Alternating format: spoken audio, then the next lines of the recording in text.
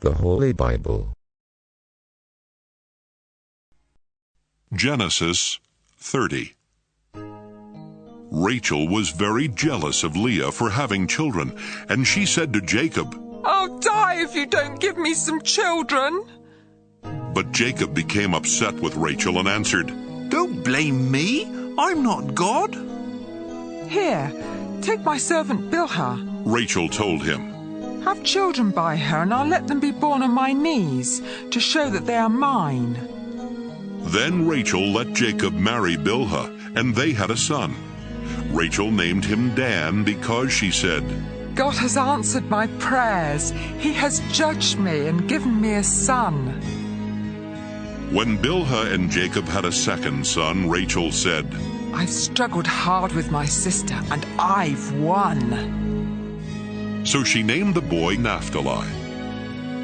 When Leah realized she could not have any more children, she let Jacob marry her servant Zilpah, and they had a son. "I'm really lucky," Leah said, and she named the boy Gad. When they had another son, Leah exclaimed, "I'm happy now, and all the women will say how happy I am." So she named him Asher. During the time of the wheat harvest, Reuben found some love flowers and took them to his mother Leah. Rachel asked Leah for some of them, but Leah said, "It's bad enough that you stole my husband. Now you want my son's love flowers too." "All right," Rachel answered. "Let me have the flowers, and you can sleep with Jacob tonight." That evening, when Jacob came in from the fields, Leah told him, "You're sleeping with me tonight. I hired you with my son's love flowers." They slept together that night, and God answered Leah's prayers by giving her a fifth son. Leah shouted, "God has rewarded me for letting Jacob marry my servant." And she named the boy Issachar. When Leah had another son, she exclaimed, "God has given me a wonderful gift, and my husband will praise me for giving him 6 sons." So she named the boy Zebulun. Later, Leah had a daughter and named her Dinah. Finally, God remembered Rachel. He answered her prayer by giving her a son. "God has taken away my disgrace," she said. "I'll name the boy Joseph, and I'll pray that the Lord will give me another son." After Joseph was born, Jacob said to Laban, "Release me from our agreement and let me return to my own country. You know how hard I've worked for you, so let me take my wives and children and leave." But Laban told him, "If you really are my friend, stay on, and I'll pay whatever you ask.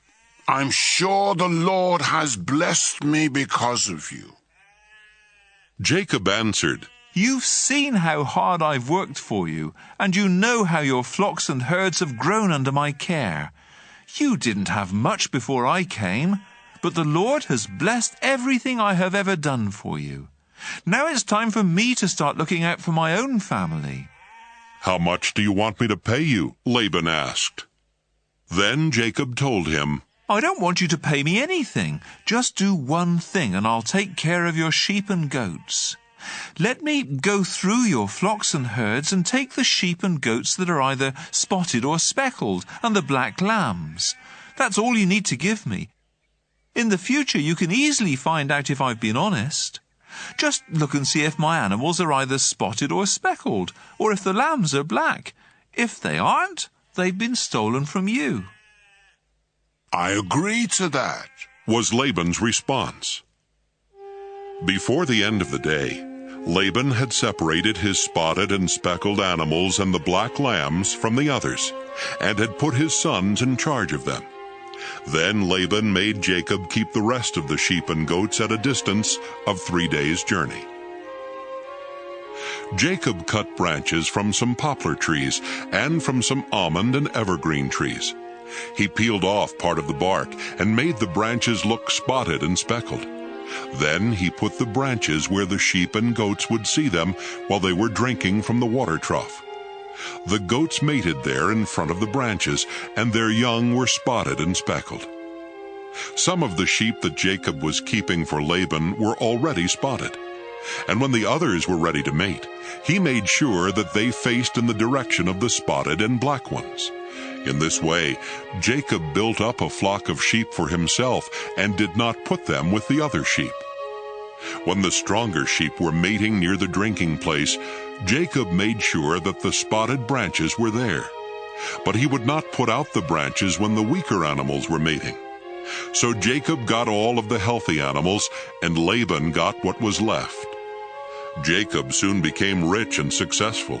He owned many sheep, goats, camels, and donkeys, as well as a lot of slaves.